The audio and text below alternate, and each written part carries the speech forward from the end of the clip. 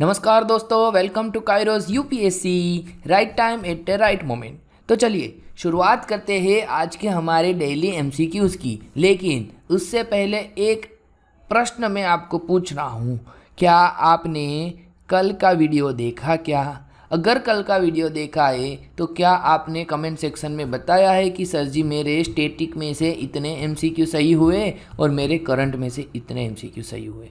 देखिए, हम ये जो मेहनत कर रहे हैं आपके लिए लगातार वीडियोस लेके आ रहे हैं, उसके पीछे का एक रीज़न ये है कि आप लोग आपकी प्रिपरेशन को थोड़ा बहुत भी पीछे ना लेके जाए, आपको थोड़ा बहुत आगे बढ़ता ही रहना है। ठीक है, चलिए चलते हैं पहले एमसीक्यू की ओर। Consider the following statement about advocate on record. देखिए, आपको एडवोकेट ऑन रिकॉर्ड के ऊपर 3 सेंटेंस दिए हैं और उनमें से how many of the sentence are correct, कितने सेंटेंस सही है यह बताना है। पहला, the concept of AOR. AOR का मतलब क्या हुआ? Advocate on record. ठीक है, advocate on record was introduced by the Supreme Court with the power given to it under article 145/1 in bracket 1 of the Indian constitution.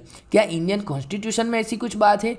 दूसरा, advocate on record is a title given to an advocate who can represent a cause और pleading before the SC मतलब Supreme Court. ठीक है, क्या उसको ऐसा कोई title किया जाता है? तीसरा sentence, the advocate is required to have a prior experience of at least 4 years। क्या उसको कोई एक्सपीरियंस भी रिक्वायरमेंट चाहिए? चलिए, तो आपको यहाँ पे बताना है कैसे सही वाले सेंटेंस, और यहाँ पे तो तीनों के तीनों सेंटेंस कैसे है? बिल्कुल सही है। ठीक है, तो यहाँ पे हमारा सही आंसर आ जाएगा option C, all 3 sentences are correct. ठीक है, देखिए क्या हुआ है रिसेंटली कि सुप्रीम कोर्ट ने अभी कुछ इम्पोज किया हुआ है किसके ऊपर? एडवोकेट ऑन रिकॉर्ड के ऊपर, for letting a young junior appear without papers. मतलब क्या होता है कि जो भी हमारे कोर्ट होती है उस कोर्ट में एक जज साहब बैठते हैं और यहाँ पे एक जो कटघरा होता है उसके सामने यहाँ पे बहुत सारी चेयर होती है। ठीक है, यहाँ पे वकील पक्ष और एक बचाव पक्ष जो होता है, ठीक है, दोनों के केसेस जो होते हैं वो बड़े बड़े अधिकारी, बड़े बड़े लॉयर्स ले लेते हैं।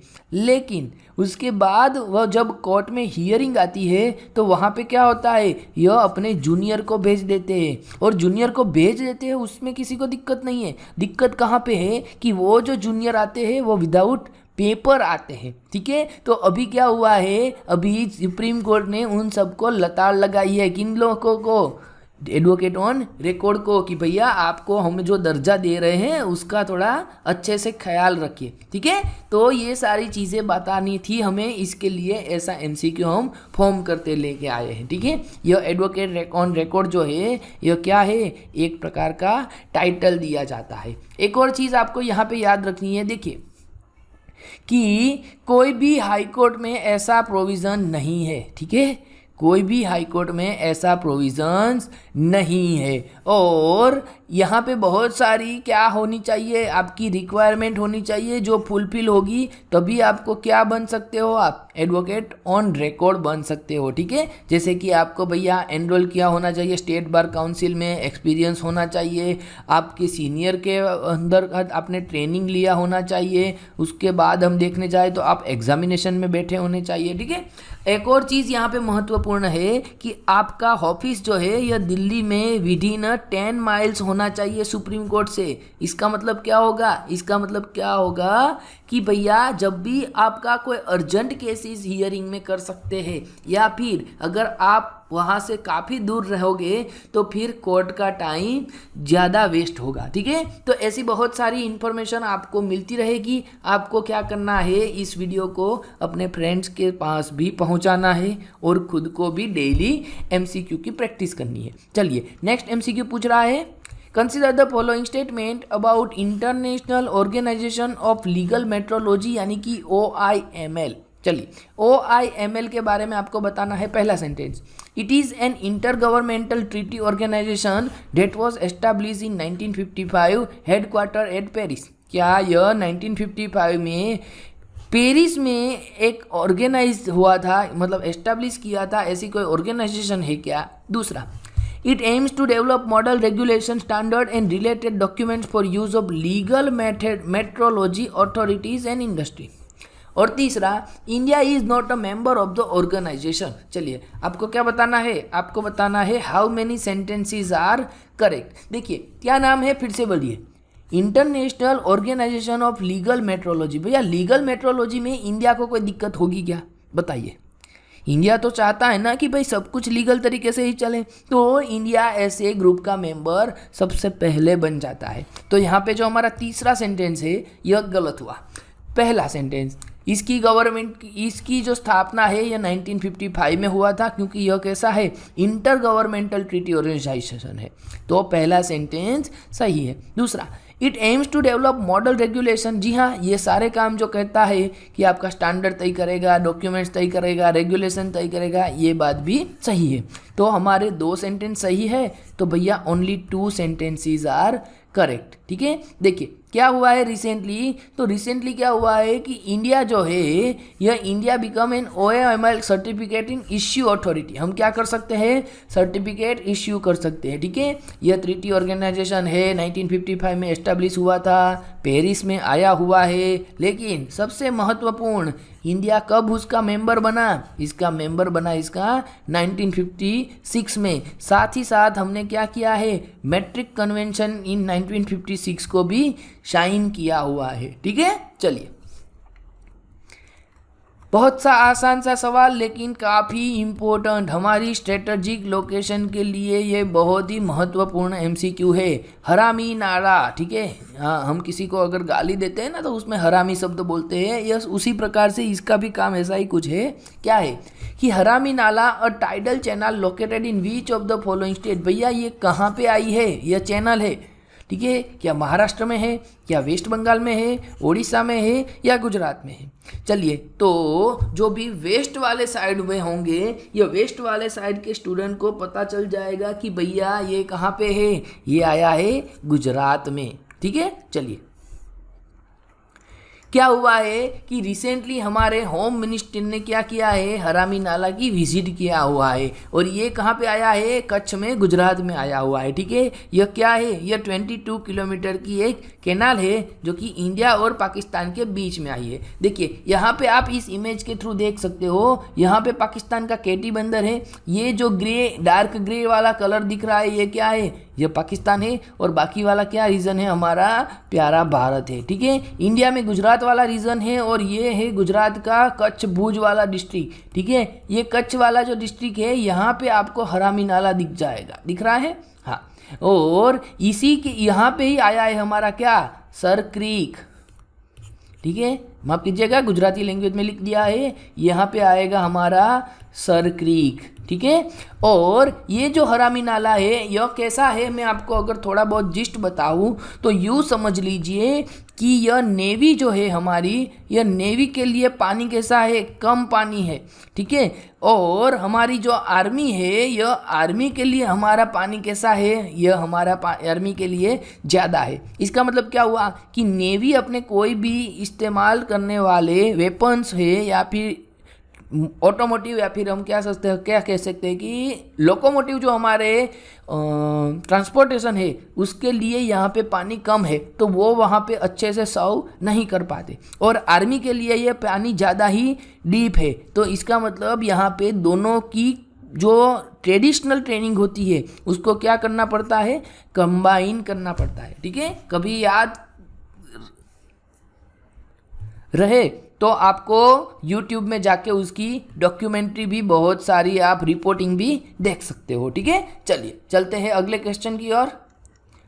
India recently organise its first investment forum 2023। भैया भारत ने खुद का पहला इन्वेस्टमेंट फोरम किया हुआ है, कौन सी कंट्री के साथ, चलिए क्या UAE है, सऊदी अरेबिया है, ऑस्ट्रेलिया है या जर्मनी है। तो इसका सवाल सबको आना पड़ेगा, क्योंकि ये जुड़ा है किसके साथ, G20 इवेंट के अगल बगल के साथ जुड़ा है। तो सही आंसर होगा ऑप्शन बी, सऊदी अरेबिया। ठीक है, क्या हुआ है कि इंडिया और सऊदी अरेबिया इन्वेस्टमेंट फोरम 2023 क्या हुआ था, ऑर्गेनाइज हुआ था न्यू दिल्ली में। ठीक है, और यहाँ पे आपको पता है कि सऊदी के क्राउन प्रिंस आए हुए थे, तो उन्होंने क्या किया हुआ है, उन्होंने अनाउंसमेंट किया है कि वह तकरीबन $100 बिलियन क्या करेंगे, इंडिया में इंडियन इकोनॉमी में इन्वेस्ट करेंगे, ठीक है, और उसके लिए 45 MOUs भी साइन हुए हैं, ठीक है। चलिए, Araku coffee which was one of the gift presented to leaders at G20 summit it from which state. चाहिए भैया, अराकू कॉफी और G20 को कंबाइन करके करंट अफेयर्स का लाजवाब MCQ आपको इजी वाला पूछ लिया है। कैसा है यह? इजी क्वेश्चन है कि भैया अराकू वैली कहाँ के कौन से स्टेट की है? केरला की, आंध्र प्रदेश की, आसाम की या वेस्ट बंगाल की?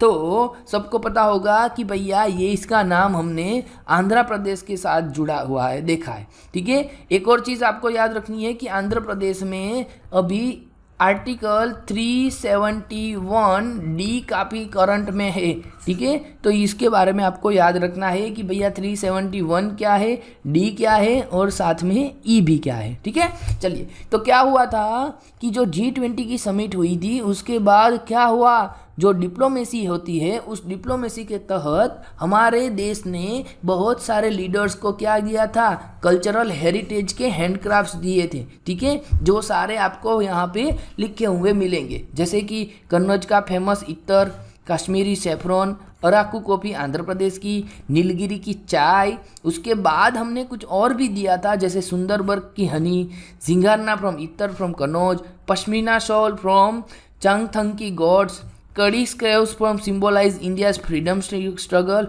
और कॉमेमोरेटिव कॉइन एंड स्टैम्प्स हमने सबको एज अ रिटर्न के लिए दिया था, एक जेन्युइन गेस्टर्स के रूप में, ठीक है। चलिए, ये थे हमारे करंट वाले सेक्शन। अब बढ़ते हमारे आगे कहाँ पे, UPSC के स्टैटिक क्वेश्चन, और स्टैटिक क्वेश्चन हम ले रहे हैं कहाँ से, PYQ से, ठीक है। लेकिन आज आपके लिए न्यूज़ ये है कि भैया 2019 वाला भी हमारा ख़त्म हो गया है, मतलब हमने 2020 ख़त्म किया, 2021 ख़त्म किया, 2022 ख़त्म किया और 2023 भी हमने ख़त्म कर दिया है, ठीक है। लेकिन 2023 जो है वो 23 में जो कंट्रोवर्सी वाले MCQ थे उनको छोड़ दिया हुआ है फिलहाल, और अब हम आगे बढ़ रहे हैं कहाँ पे, 2018 की ओर, ठीक है। वैसे तो हम प्लानिंग करके चल रहे हैं कि जो भी इम्पोर्टेंट क्वेश्चन है यह 95 के आसपास, यानी कि आपके पिछले तकरीबन यूँ कहे कि 28 से 30 साल के MCQ हम करवाएंगे,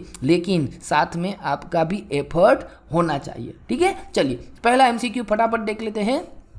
the partnership for action on green economy, यानी कि page, the partnership for action on green economy page a UN mechanism to assist countries transition towards greener and more inclusive economies emerge at। भैया ये page कहाँ से emerge हुआ था, इतना बता दो आप। क्या अर्थ समिट सस्टेनेबल डेवलपमेंट 2002 जोहानिसबर्ग से, UNC United Nations conference on sustainable development 2012 Rio Janeiro में से। तीसरा ऑप्शन पूछ रहा है आपको United nation framework convention climate change 2015 Paris से, और लास्ट वाला ऑप्शन है the world sustainable development summit 2016 कहाँ पे, न्यू दिल्ली से। तो इस सेंटेंस का सही आंसर क्या आएगा? ऑप्शन बी इस सेंटेंस का सही आंसर आएगा, रियो डी जेनेरियो 2012 में, ठीक है। चलिए, नेक्स्ट MCQ पूछ रहा है momentum for change climate neutral now it is an initiative launch by. देखिए, ये जो हमारा MCQ है यह चल रहा है 2018 की एग्जाम में पूछे हुए, इसका मतलब इसकी रेंज 2016-2018 के बीच के करंट अफेयर्स की हो सकती है, ठीक है। तो momentum for change climate neutral now करके कौन इन्होंने इनिशिएटिव चलाया था, inter governmental panel on climate change, यानी कि हमारा IPCC ने, दूसरा है UNEP सेक्रेटेरिएट ने, UNFCCC सेक्रेटेरिएट ने, या फिर वर्ल्ड मेट्रोलॉजिकल ऑर्गेनाइजेशन यानी कि WMO ने। चलिए बताइए, तो सही आंसर आएगा ऑप्शन सी UNFCCC सेक्रेटेरिएट, ठीक है। चलिए नेक्स्ट,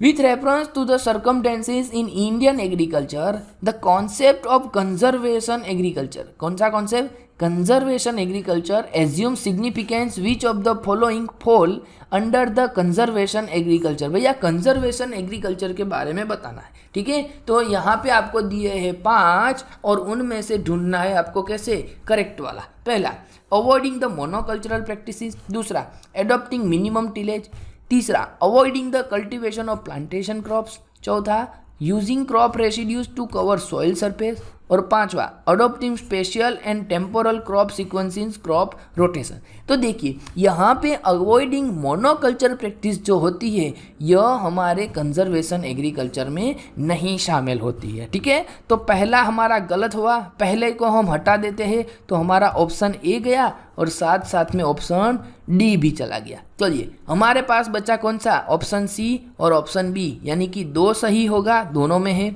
4 सही होगा, 4 भी दोनों में है, 5 सही होगा, 5 भी दोनों में। सिर्फ बाजी देखनी है कि इनकी ऑप्शन नंबर 3 की। ठीक है, क्या लिखा है, avoiding the cultivation of plantation crop. भैया प्लांटेशन क्रॉप को अवॉइडिंग करने से कंजर्वेशन एग्रीकल्चर थोड़ी ना हो जाएगा, तो ये बात भी कैसी है, गलत है। ठीक है, तो यहाँ पे हमारा बी भी गलत हुआ, तो सही आंसर हो जाएगा ऑप्शन सी, 2, 4 और 5 जो है हमारे सही है। चलिए चलते हैं हमारे अगले क्वेश्चन की ओर।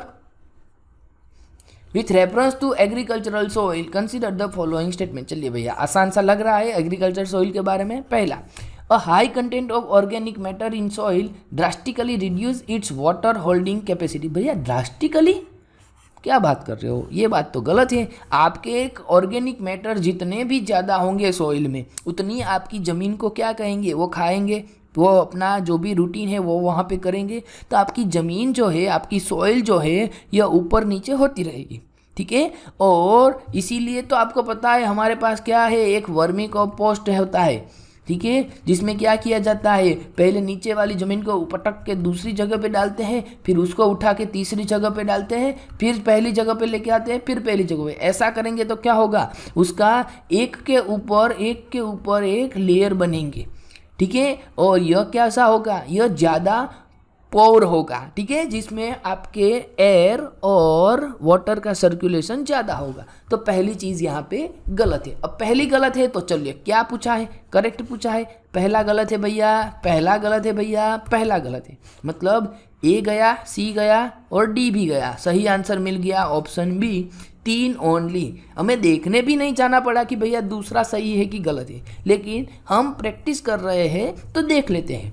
Soil does not play any role in the sulphur cycle. Does not play, भैया इतना यकीन के साथ कैसे कह दिया आपने, नहीं कह सकता है हम लोग, तो दूसरा सेंटेंस गलत है। तीसरा, irrigation over a period of time can contribute to the salinisation of some agricultural land. Yes, ये बात हमने देखा हुआ है कि आप जितना ज़्यादा पानी इस्तेमाल करोगे उतना ही आपकी जो लैंड है यह कैसी हो जाएगी, सैलिन हो जाएगी। तो तीसरा सेंटेंस सही है, option B is the right answer. Next, with reference to organic farming in India. भैया ऑर्गेनिक फार्मिंग की बात कर रहे हैं, कंसीडर द फॉलोइंग स्टेटमेंट। ठीक है, चलिए पहला,